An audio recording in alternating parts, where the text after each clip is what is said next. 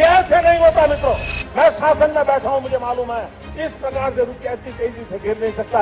अरे ये नेपाल का रुपया नहीं गिरता है, बांग्लादेश की करेंसी नहीं गिरती है, पाकिस्तान की करेंसी नहीं गिरती, श्रीलंका की करेंसी नहीं गिरती। क्या कारण है हिंदुस्तान का रुपया पतला होता जा रहा है? 2013 में मोदी जी कह रहे थे कि करप्शन की वजह से इंडियन रुपी गिर रहा है, बट आज मैं आपको रियल रीजंस बताता हूं जिसकी वजह से हमारा जो इंडियन रुपी है वो गिर रहा है। सबसे पहला रीजन है टैरिफ्स।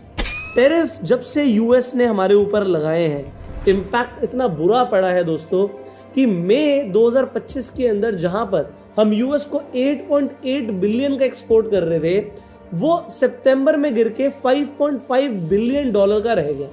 37.5% हमारे एक्सपोर्ट्स गिर गए। अब क्योंकि एक्सपोर्ट्स गिर गए हैं, देखिए इंडिया यूएस को सामान भेज रहा था, अब यूएस पैसा किस में दे रहा था? आईएनआर में दे रहा था।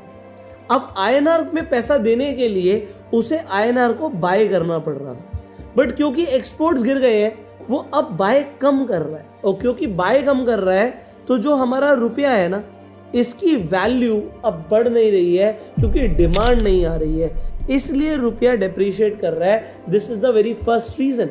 इंडिया आज की डेट में भी नेट इंपोर्ट कंट्री है, हम इंपोर्ट ज्यादा करते हैं, एक्सपोर्ट कम करते हैं। जो दूसरा सबसे बड़ा रीजन है वो है एफआईआई सेल कर रहे हैं, ये एक सेलिंग प्रेशर क्रिएट कर रहे हैं। तो अगर आप देखेंगे इस साल के अंदर जो फॉरेन इंस्टीट्यूशनल इन्वेस्टर्स हैं लगभग 18 बिलियन डॉलर के स्टॉक्स बेच चुके हैं, जो कि होता है 1.5 लाख करोड़ रुपीस। अब क्योंकि एफआईआई बेच रहे हैं, अगेन इन्होंने क्या किया, आईएनआर की सप्लाई बढ़ा दी। जब बेचा तो रुपया में बेचा ना, तो रुपए में बेच के वो अपने देश में डॉलर ले गए।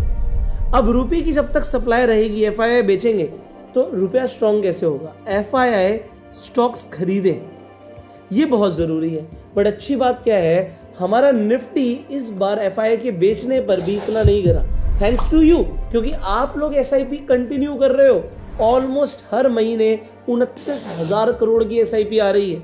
तो क्योंकि निफ्टी अभी नहीं गिर रहा है और अगर एफआईआई आए और एसआईपी कंटिन्यू रही तो निफ्टी 2x स्पीड से भागेगा।